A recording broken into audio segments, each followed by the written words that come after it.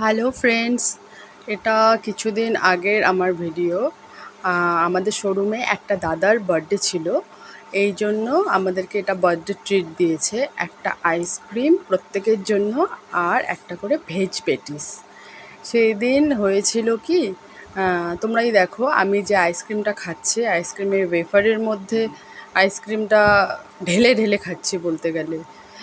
আর সেই দিন আমি আইসক্রিম যে নিয়ে এসেছিলো, আইসক্রিম আর পেটিস সবার জন্য যখন নিয়ে এসেছিলো তখন আমি একটা অন্য কাজ করছিলাম। এই হলো শুভঙ্কর, ওরও আইসক্রিমটা প্রায় গলেই গিয়েছে। ও ওভাবেই ওটা একবারে খুলে সঙ্গে সঙ্গে একবারেই খেয়ে নিল। আর আমি আইসক্রিমটা খুলতে গিয়ে দেখি, মানে অনেকক্ষণ আগে নিয়ে এসেছিলো আইসক্রিমটা আর পেটিসটা, ওটা রেখে আমি অন্য একটা কাজ করছিলাম। তখন কাস্টমার চলে এসেছিলো। অ্যাকচুয়ালি আমি কাস্টমারের নাম্বার প্লেট লাগাচ্ছিলাম, আর সেই মুহূর্তে নাম্বার প্লেট না লাগিয়ে খেলেও কাস্টমার তো অতক্ষণ বসিয়ে রাখা সম্ভব না, এই জন্য আমি ওটা খেতেই পারিনি। তারপরে আইসক্রিম খাবো, অনেকক্ষণ পর এলাম, এসে তারপরে আইসক্রিমটা খাবো, এসে বসার পরে যা হলো সেটা তোমরা তো দেখতেই পারছো। আর পেটিস নিয়ে এসেছিলো, পেটিসটা খাচ্ছি, এইগুলো অ্যাকচুয়ালি পরের ভিডিও। আইসক্রিমটা খুলে যে খাবো সেটাই তোমাদেরকে দেখাবো। দেখো, এই যে আইসক্রিম খুলে আইসক্রিমের কাঠিটা চলে এসছে বেরিয়ে, কিন্তু আইসক্রিম গলে ওয়েফারের ভিতরেই পড়ে গেছে। আর সবাই জানে আমি একটু আইসক্রিম একটু বেশিই পছন্দ করি, যার জন্য তাড়াহুড়ো করে কাজ করে এসে আইসক্রিম খাবো, আইসক্রিম খাওয়ার সময় আইসক্রিমের কাঠিটাই চলে এলো। এটা দেখে সবাই এত হাসছিল। আর মোবাইলের ক্যামেরা একদম আমি সামনে স্ট্যান্ড করে রেখেছিলাম, ওই জন্য আমি অন্য কাউকে দেখাতে পারিনি। ওরা হাসছিল আর তখন আমারও এত হাসি পাচ্ছিল, আমি আর হাসিটা থামাতেই পাচ্ছিলাম না।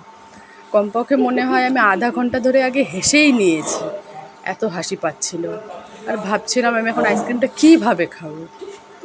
তোমরা তো দেখলেই আইসক্রিমটা আমি কিভাবে খাচ্ছিলাম, একবার কাঠি ঢুকিয়ে দিয়ে তুলে খাবো। একটা বাটি আইসক্রিম নিয়ে এলেও তখন ভাবছিলাম বাটি আইসক্রিম যদি নিয়ে আসতো তাহলে সেভাবেই খেয়ে নিতাম। হাসতে হাসতে আমার চোখ দিয়ে জল বেরিয়ে গিয়েছে, এত হাসি পাচ্ছিল। সবাই হাসছিল আমার সঙ্গে। আর একজন ফ্রেন্ড ছিল, ফ্রেন্ড বলতে আমার কলিগ, ও হাসছিল, ওরও হাসি থামছিল না, আমারও হাসি থামছিল না। সবাই ভাবছে এদের কি হয়েছে, এরা কেন এত হাসছে। দেখো কাঠিটা শুধু চলে এসছে আর আইসক্রিম ভিতরে, এত হাসি পাচ্ছিল। আমি হাসতে হাসতে আমার পেটে ব্যথা উঠে গিয়েছিল। যাকগে বেচারা, আমি কি আর করব, ওভাবেই তারপর আইসক্রিমটা খেয়ে নিয়েছি। আহা গো কী কষ্ট। তোমরাই দেখো আমি আইসক্রিমটা কিভাবে খাচ্ছি। দাদার বার্থডে, আমাদের কোম্পানি থেকে বার্থডের কেক স্পন্সর করা হয়। অ্যাকচুয়ালি শোরুমে কারোর যদি বার্থডে হয়, আমাদের শোরুম থেকেই ওটা কেক প্রোভাইড করা হয় প্রত্যেকের জন্য। কিন্তু যার বার্থডে থাকে তাকে তো একটা ট্রিট দিতেই হবে, সেটা যে কারো হোক, আমার হলেও বা ওই দাদার, যেহেতু আর ওই দাদা আমাদের শোরুমের সার্ভিস ম্যানেজার, এই জন্য দাদার একটু রেসপন্সিবিলিটিও বেশি। আমি হলে সম্ভবত 5 টাকা দামের কিছু খাইয়ে আমি আমার কাজ সেরে ফেলতাম, কিন্তু যেহেতু দাদা সার্ভিস ম্যানেজার, ওনাকে তো একটু বেশি খাওয়াতেই হতো। আমরা তো বিরিয়ানির কথা বলেছিলাম, কিন্তু আমরা যেহেতু অনেক ওখানে, এই জন্য বিরিয়ানি ওটা সম্ভব হবে না।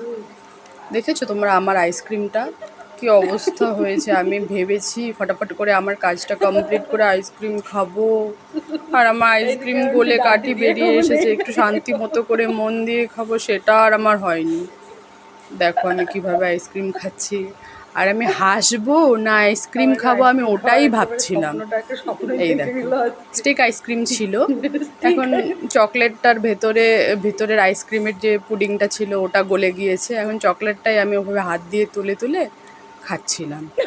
ফাইনালি দাদার বার্থডে, এই যে দাদার বার্থডের কেক চলে এসেছে, এখন দাদার কেক কাটা হবে, তোমরা দেখো। আর দাদাকে আমি এই ভিডিওটা বানিয়ে দিয়েছি এই গানটা সহকারে। দাদা তো বলে, কুসুম তুমি এটা কি করেছো, এটা একটা কীর্তনের মতন গান লাগিয়ে রেখেছো, এভাবে বলেছে। দাদা একটু এম্বারেস হয়তো হচ্ছিল, কিন্তু কোনো ব্যাপার না, দাদার সঙ্গে তো এটুকুন মজা করাই যায়। দাদা অতটাও রাগ করেনি, খুশিই হয়েছিল, একটা দারুণ একটা মোমেন্ট ছিল। বাই দ্য ওয়ে তোমরা সবাই দাদাকে উইশ করতে পারো, দাদার বার্থডে ছিল। কমেন্ট বক্সে দাদাকে উইশ করে দিতে পারো happy birthday to you Subarna. Okay bye, তোমরা ভিডিওটা দেখতে থাকো।